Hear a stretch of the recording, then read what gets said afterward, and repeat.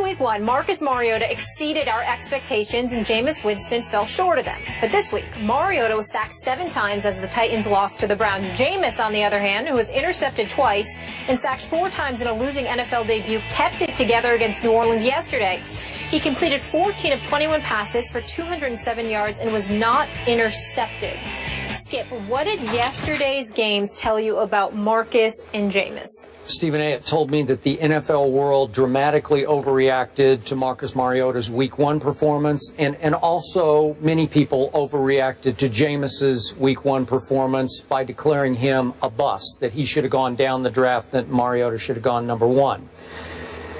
Jameis beat Drew Brees at Drew Brees yesterday, and that is not easy to do. Obviously, he had help from his run game and obviously from Lovey's defense, but he played big yesterday. I didn't get to watch much of it. I was flipping back and forth, but he did not turn the football over, and he made one big throw for one big touchdown to Vincent Jackson. Mariota, I did watch. He was pretty awful, had a long day in Cleveland, and to me, the pressure was on, as Molly said, 7 sacks. His accuracy, as I've often said, it came and mostly went. He was indecisive with the football. He held the ball too long, and then he got really, really careless with the football, as many rookie quarterbacks are wont to do. But in this case, he lost 2 fumbles and had lost another one and got saved by a clock violation. They didn't quite get the snap off in time, but he got hit and sack fumbled again and lost that one. So, again, I'm standing by my guns. I think Jameis is going to be very good and prove to be better than Marcus Mariota in the long haul, and now we only have 2 weeks to go by. Well, I agree with you on your second point, not on your first. I think that a lot of people overreacted by how awful Jameis Winston was in Week 1. I thought he did a good job yesterday. I thought he was steady, didn't turn the ball over, completed 14 of his 21 passes, threw a touchdown. Doug Martin was running the football relatively effectively. He was. More than 4 yards. A carry finished with 78 yards on the afternoon. And I just think that, you know, excuse me, from that perspective, I thought it was fine. I do think you're being a bit hard on Mariota. Here's why. That brother took a hit earlier in the game where he got, not only he hurt his ankle, but he got hit high right at the time he got hit low as well. He was woozy. I was wondering whether or not he should have even been in the game. He wasn't steady, and his whole game changed. And I think it's because all of his faculties weren't in order. It wasn't just the 7 sacks. It was how hard he was getting hit. I did not hear any concussion protocol for him. Yeah, neither did I. I didn't see it. I was watching. I was looking for it. I was looking whether or not it was going to happen. I saw a guy getting popped. I saw a guy that looked a little bit woozy for a couple of plays. I saw a guy that was obviously very reluctant and hesitant because of the hits that he was taking, but was willing to show his toughness and stand in there and take some punishment. I don't believe he'll do that again. I don't believe he has to worry about getting sacked 7 times most afternoons. I think adjustments will be made by Ken Wisenhunt and his staff, and as a result, you'll learn from it. But I think more importantly, you not only saw guys praising his talent and his IQ, but I think yesterday they were praising his toughness. And that's something that, you know, we didn't know too much about Mariota. I'm not saying that any of your points are wrong about what you saw from his play.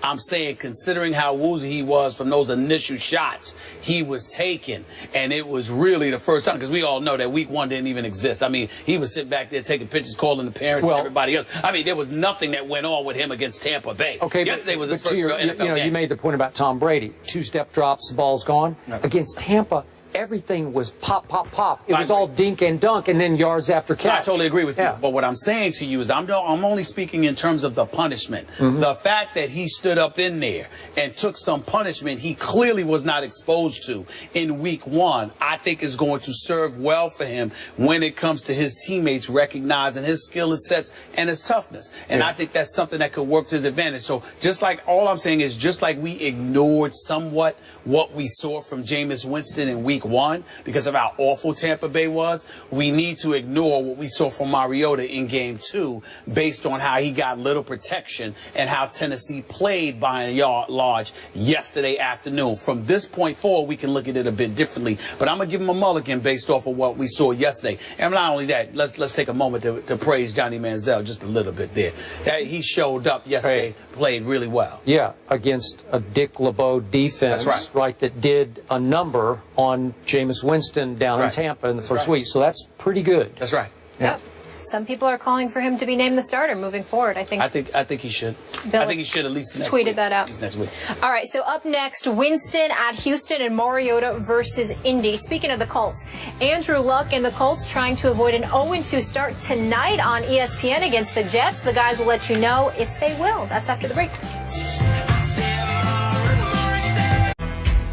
First Take is presented by Chase Freedom. The card is for the essentials. The cash back is for the fun. And in part by La Quinta. Book now at LQ.com to get the lowest price guaranteed. La Quinta.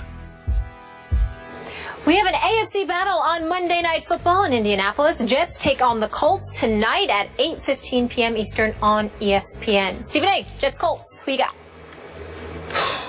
Colts are my pick to go to the Super Bowl out of the AFC. We all know that. Wasn't enamored with their performance in game 1. I think they're going to lose tonight, too. Really? Wow.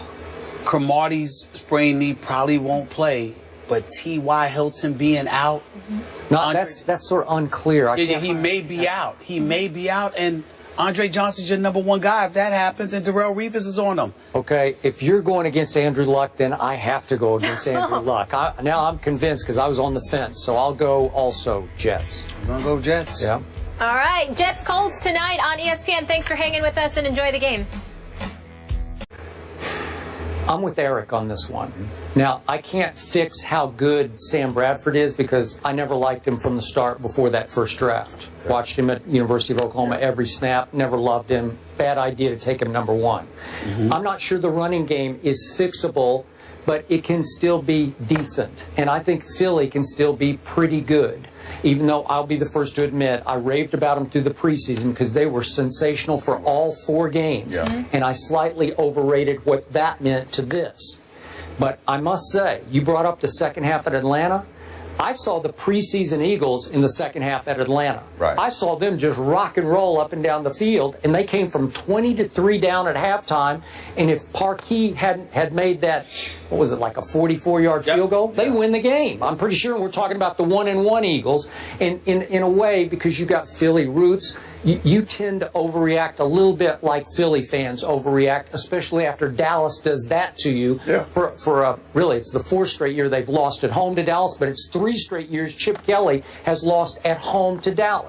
Can I give my Cowboys defense a little bit of credit instead of heaping all the blame on Chip Kelly? Because in 3 tries at home against my Cowboy defense, Chip Kelly has averaged 13 points a game. That's phenomenal. Against every other opponent at home, Chip Kelly has averaged 30 points a game. Wow. Okay, no, what that says something. Like they've got your number here. And by the way, not that I'm going to defend Byron Maxwell because you're dead right about everything you've said, but remember, somehow my Cowboys held on to the football for 40 minutes of that game. They dominated the first half in time of possession, so it's 40 minutes to 20 minutes. So that means Byron and company are on the field, and you can certainly speak to this. It's a lot of snaps, man. Tired. I mean, you're just worn out. You're right. And I think a couple things when you're playing the Cowboys, we always talk about time possession, not important with the Eagles. It needs to be important when you play the Cowboys because what they need and want to do in running the football. And the running game needs to be fixed more like the Patriots when they run LeGarrette Blount. That's the adjustment that Chip Kelly needs to make with the running game as far as DeMarco Murray is concerned. And I agree with you. I think the Cowboys don't get enough credit or didn't get enough credit of doing a good job. Now, I knew they were going to do a good job against Murray because, you know what, you're pumped up, you're excited about playing, that guy, even the punter. And I don't think he's the sideline. But the job they did against Sproles was spectacular. It was pretty good. Sproles has been successful in any type of situation. They did an outstanding job against Sproles. So I think LeGarrette Blount more for the Eagles running game and then defensively, they need to pressure the quarterback more. Ladies and gentlemen, first of all, it wasn't just about the Eagles defense. It wasn't just about the Dallas Cowboys holding on to the football. The Philadelphia Eagles, they went 3 and out on 5 of their first 7 possessions, and the other 2 were 4 and outs. They were doing nothing offensively. Now, Darren Sproles, keying on him, definitely had something to do with it. But if you have no running game, because Ryan Matthew only gets 1 attempt, and DeMarco Murray's, you got him running east and west instead of north and south, then all of a sudden that allows you to key on other dudes. What makes Des Bryant special? There are plenty of plays where you know exactly what the Dallas Cowboys are going to do. And Des Bryant says, so what? What you going to do about it? I'm with Joe Montana last week again. Other than Jerry Rice, tell me a receiver that you wanted to play with. He said Chris Carter, our very own Chris Carter. Why? He said, because from the time we were in the Pro Bowl together, he said, just throw the ball up. I'll get it. What happens is that who is that person on the Eagles? The fact is, no one is. So now we get to Chip Kelly. Back to Chip Kelly. Because Chip Kelly is the one that made those decisions. He made those modifications. Can it be fixed?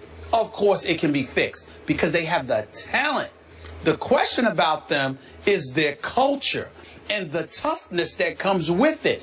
Because as individuals, we know individually they are tough. But Eric, you have played on teams where you're tough, and you can pick out a guy on the line, he's tough, and another guy in the secondary, he's tough, and another guy in the offense, and he's tough. But collectively, if you're surrounded by a bunch of dudes where Chip Kelly is breathing in your face about, just do this the way that I say, and do that the way that I say, and we will be perfect. That ain't the man's game that we are accustomed to seeing. So how did Chip Kelly, what was his first 2 years record? 10-6, 10-6? Right. And then last year they got to 9-3, if I remember, before they cratered? That's right. How did they do that? You also have to remember, because we all know that the man knows football and he can coach. Nobody's saying otherwise. The problem is that those were with other players. He got rid of 9 different dudes, all contributing for other teams right now. He has changed the culture of this team. The guys you're talking about who will be able to make a play even when the play looks like those guys are gone. They're a guy who can make something out of nothing. They're not tough guys. They're just talented guys. I'm sorry. Y'all finally hearing me now? Well, but you've been talking about soft. I'm talking about talent, man. I'm saying they're talented guys. They ain't tough. Talented, not tough. Let's leave it there. You ain't tough. What are you? I'm talented. You ain't tough. What are you? You're not in the league. You're soft. Gotta be a rough rider. It's football. It's gotta be a rough rider. This ain't tennis. We got to put flags on the quarterback, though. Yeah. Eric, thank you so much for being with us. Right, this was fun. We appreciate you. Enjoy the games tonight. Yes, the game. Sure. Week 2 was a role reversal of sorts for the 1 and 2 picks. I'm confused, gentlemen. Need you to help me out. So what did week 2 tell us about Mariota and Winston? They'll break that down coming up.